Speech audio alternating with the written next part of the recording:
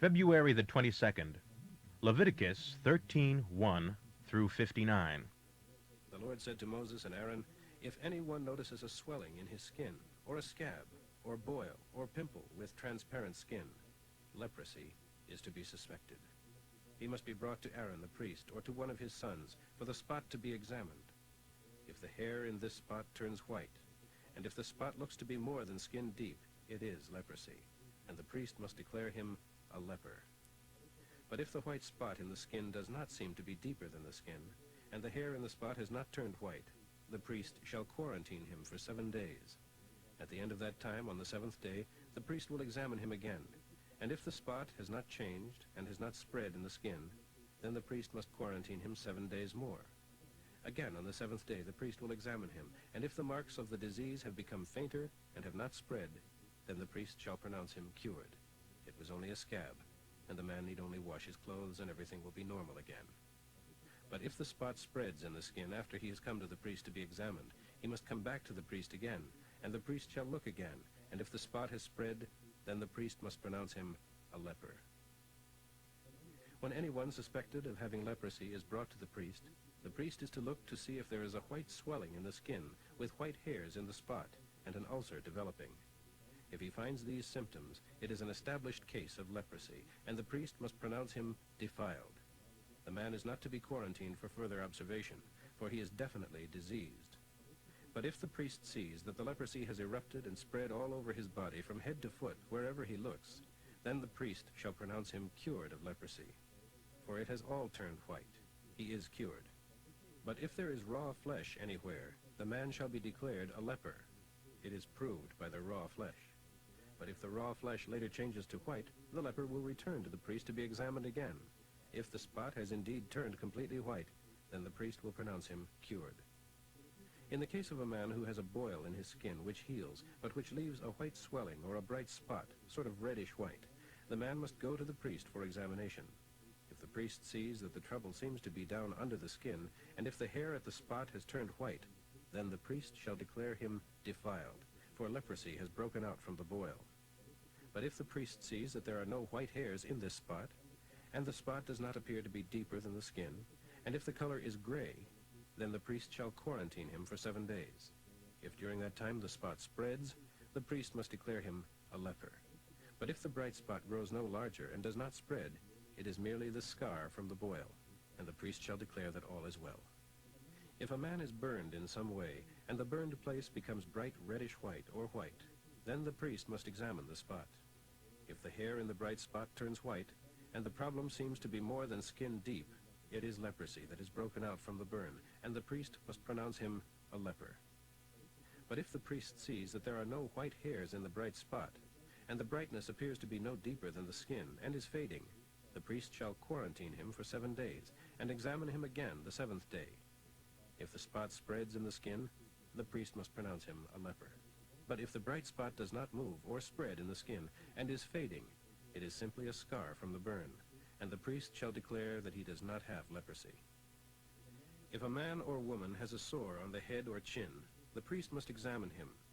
If the infection seems to be below the skin and yellow hair is found in the sore, the priest must pronounce him a leper. But if the priest's examination reveals that the spot seems to be only in the skin, and that there is black hair in it, then he shall be quarantined for 7 days, and examined again on the 7th day. If the spot has not spread and no yellow hair has appeared, and if the infection does not seem to be deeper than the skin, he shall shave off all the hair around the spot, but not on the spot itself, and the priest shall quarantine him for another 7 days. He shall be examined again on the 7th day, and if the spot has not spread, and it appears to be no deeper than the skin, the priest shall pronounce him well, and after washing his clothes, he is free. But if later on this spot begins to spread, then the priest must examine him again, and without waiting to see if any yellow hair develops, declare him a leper. But if it appears that the spreading has stopped, and black hairs are found in the spot, then he is healed, and is not a leper, and the priest shall declare him healed. If a man or a woman has white, transparent areas in the skin, but these spots are growing dimmer, this is not leprosy, but an ordinary infection that has broken out in the skin. If a man's hair is gone, this does not make him a leper, even though he is bald. If the hair is gone from the front part of his head, he simply has a bald forehead. but this is not leprosy. However, if in the baldness there is a reddish-white spot, it may be leprosy breaking out. In that case, the priest shall examine him, and if there is a reddish-white lump that looks like leprosy, then he is a leper, and the priest must pronounce him such. Anyone who is discovered to have leprosy must tear his clothes and let his hair grow in wild disarray and cover his upper lip and call out as he goes, "I am a leper, I am a leper." As long as the disease lasts, he is defiled and must live outside the camp. If leprosy is suspected in a woolen or linen garment or fabric, or in a piece of leather or leatherwork, and there is a greenish or reddish spot in it, it is probably leprosy and must be taken to the priest to be examined. The priest will put it away for 7 days and look at it again on the 7th day. If the spot has spread, it is a contagious leprosy, and he must burn the clothing, fabric, linen or woolen covering or leather article, for it is contagious and must be destroyed by fire. But if when he examines it again on the 7th day, the spot has not spread, the priest shall order the suspected article to be washed, then isolated for 7 more days. If after that time the spot has not changed its color, even though it has not spread, it is leprosy, and shall be burned, for the article is infected through and through. But if the priest sees that the spot has faded after the washing, then he shall cut it out from the garment, or leather goods, or whatever it is in. However, if it then reappears, it is leprosy, and he must burn it. But if after washing it there is no further trouble, it can be put back into service after another washing. These are the regulations concerning leprosy in a garment or anything made of skin or leather, indicating whether to pronounce it leprous or not. Mark 6, 1 through 29. Soon afterwards, he left that section of the country and returned with his disciples to Nazareth, his hometown. The next Sabbath, he went to the synagogue to teach, and the people were astonished at his wisdom and his miracles, because he was just a local man like themselves. He's no better than we are. He's just a carpenter, Mary's boy, and a brother of James and Joseph, Judas and Simon. And his sisters live right here among us. And they were offended. Then Jesus told them, "A prophet is honored everywhere, except in his hometown, and among his relatives, and by his own family." And because of their unbelief, he couldn't do any mighty miracles among them, except to place his hands on a few sick people and heal them. And he could hardly accept the fact that they wouldn't believe in him. Then he went out among the villages, teaching. And he called his 12 disciples together and sent them out, 2 by 2, with power to cast out demons. He told them to take nothing with them except their walking sticks. No food, no knapsack, no money, not even an extra pair of shoes or a change of clothes. Stay at one home in each village. Don't shift around from house to house while you are there, he said.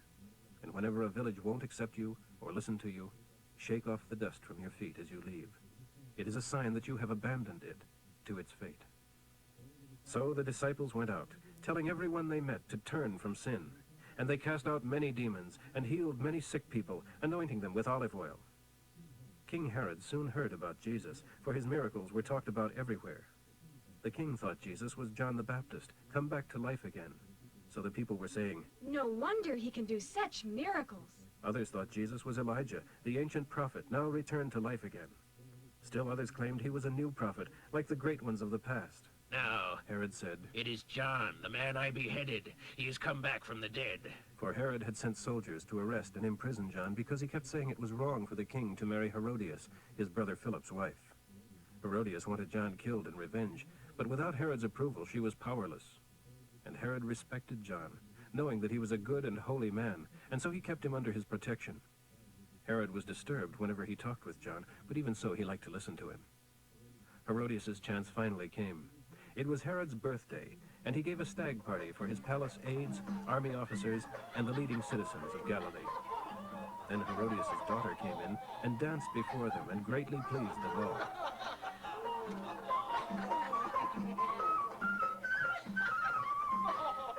Ask me for anything you like, The king vowed. even half of my kingdom, and I will give it to you.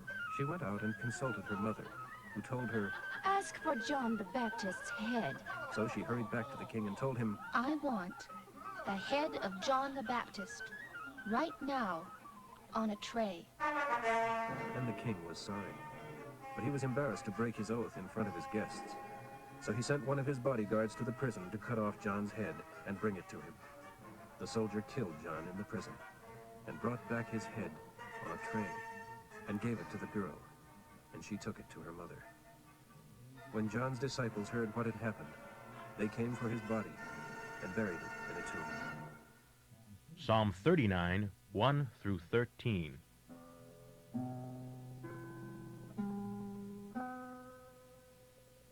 I said to myself, I'm going to quit complaining. I'll keep quiet, especially when the ungodly are around me. But as I stood there silently, the turmoil within me grew to the bursting point. The more I mused, the hotter the fires inside. Then at last I spoke and pled with God, Lord, help me to realize how brief my time on earth will be. Help me to know that I am here for but a moment more. My life is no longer than my hand. My whole lifetime is but a moment to you. Proud man, frail as breath, a shadow, and all his busy rushing ends in nothing. He heaps up riches for someone else to spend. And so, Lord, my only hope is in you. Save me from being overpowered by my sins, for even fools will mock me then. Lord, I am speechless before you. I will not open my mouth to speak one word of complaint, for my punishment is from you. Lord, don't hit me anymore. I am exhausted beneath your hand. When you punish a man for his sins, he is destroyed, for he is as fragile as a moth-infested cloth. Yes, man is frail as breath. Hear my prayer, O Lord. Listen to my cry. Don't sit back unmindful of my tears, for I am your guest. I am a traveler passing through the earth, as all my fathers were. Spare me, Lord. Let me recover and be filled with happiness again before my death.